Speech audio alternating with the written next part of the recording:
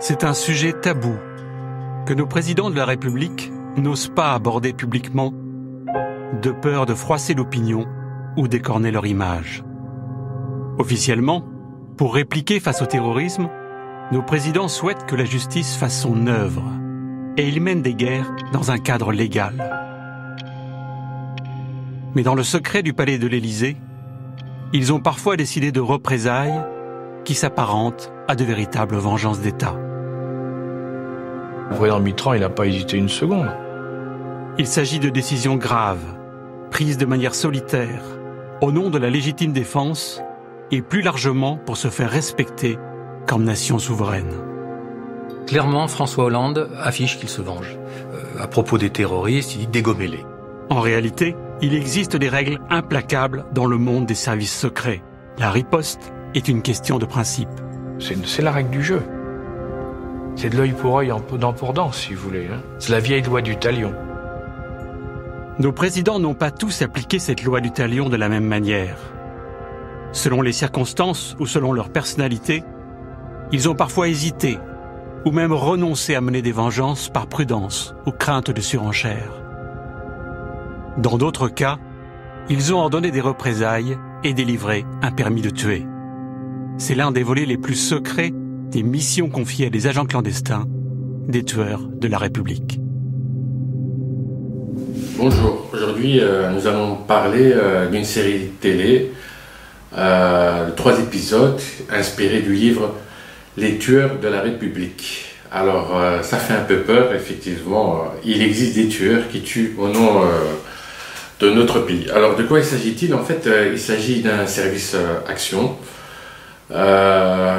Aussi, il y a aussi une cellule alpha qui agit au nom du pays en représailles à des actes terroristes. Par exemple, on va commencer par le début, dans ce qu'on voit dans la série. Donc il y a 3 épisodes.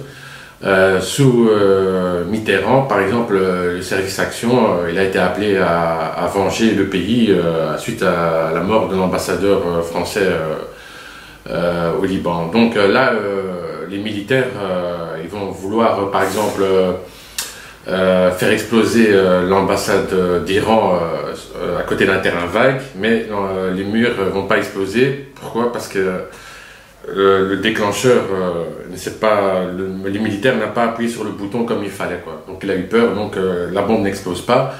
Donc on voit dans ce premier épisode qu'il y a beaucoup de ratés. Par exemple, il y a 2 agents clandestins des services action qui sont en Espagne, qui roulent la nuit dans une voiture. Ils se font contrôler sur la route par la garde civile et on découvre des fusils de sniper, enfin voilà quoi, tout ça quoi. Et donc il y a un général qui va aller en Espagne discuter avec le juge. Miraculeusement, ils vont sortir de prison, ces 2 agents quoi. Donc on voit aussi dans les épisodes qu'il y a beaucoup de ratés. Donc c'est pas le seul raté, il y en a plusieurs. Le sauvetage par exemple d'un otage en Somalie, là il y a eu des bavures aussi.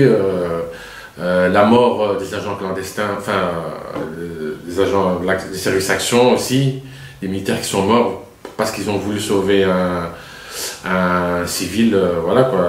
Il y a eu aussi des prises d'otages des groupes djihadistes. En fait, toutes ces missions qu'on va découvrir dans les 3 épisodes, c'est pour venger le pays. Donc c'est plus de la vengeance. Alors il faut savoir aussi que le président qui a été le plus hard contre les terroristes, quoi, les djihadistes et tout ça, quoi, toute la Smala, l'État islamique, c'était François Hollande, qui lui n'hésitait pas à éliminer tous ces... Donc il y avait une liste, tous les présidents ils ont une liste de noms, ils ont dans leur bureau, il y a très peu de personnes qui sont au courant de cette liste. Donc lui c'était le président François Hollande, qui était le plus vindicatif contre le terrorisme, le djihadisme, enfin tous les qualificatifs qu'on peut donner. Donc lui, il avait la liste de noms et il faisait aussi de la prévention. Alors lui, dans les rapports, ce qu'on voit dans les épisodes, c'est qu'il marquait éradication. C'était le terme qu'il utilisait. Il fallait éradiquer le terrorisme. Alors il y a aussi des polémiques sous sa présidence aussi, après que Vincent Nouzil, le journaliste qui a écrit les livres de la République, le dit. Donc est-ce qu'on peut tuer les ressortissants? Parce qu'il faut savoir aussi que tuer à l'étranger, c'est pas légal.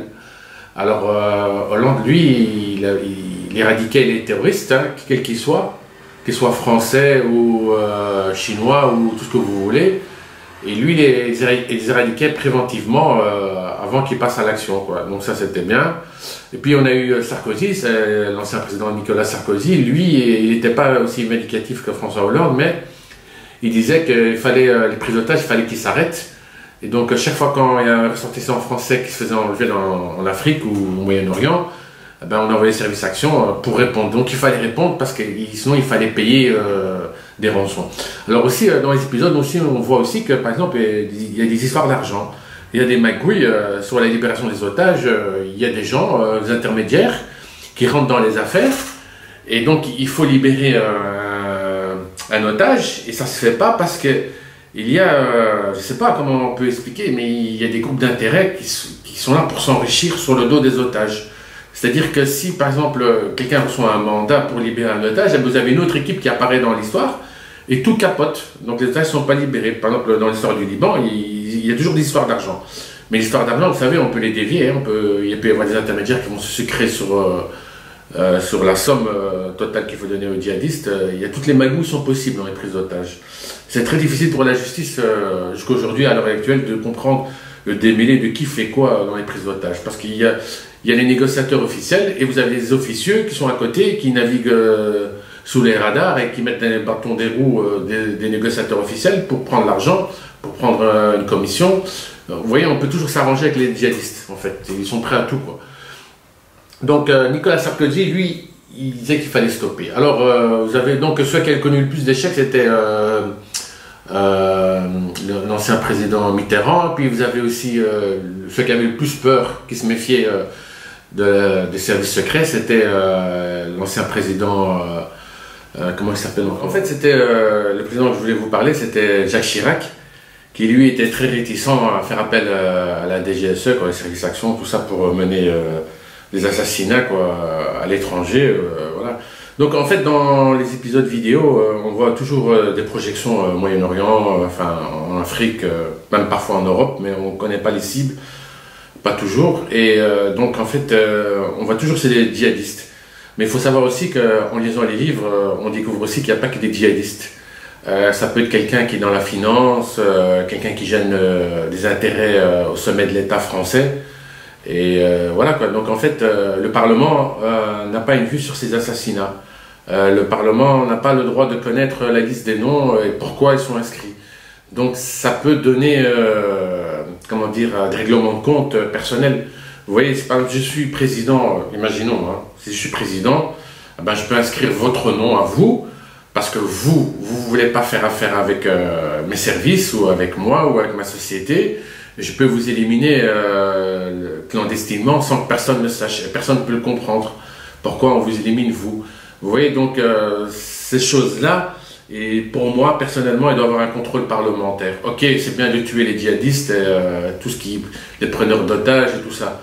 Mais qu'en est-il, par exemple, si on veut éliminer quelqu'un qui ne mérite pas d'être éliminé parce qu'il joue contre les intérêts français, par exemple dans les opérations de change sur le marché financier, pour l'espionnage économique, pour l'espionnage industriel, et alors à ce moment-là, on peut avoir toutes les dérives. Donc là, par exemple, dans ces épisodes, c'est ce que je me suis dit, il n'y a pas de contrôle parlementaire, pas de droit de regard de nos représentants du Parlement, voilà, donc ça pose problème.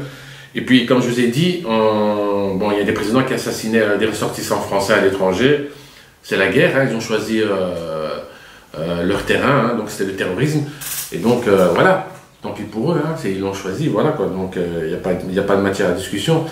Et qu'est-ce que j'allais dire? Donc en fait, les vengeances, il y a une expression qui dit que la vengeance est un plat qui se mange froid. Voilà, c'est ce qu'on dit quoi, dans les épisodes en commençant. Quoi.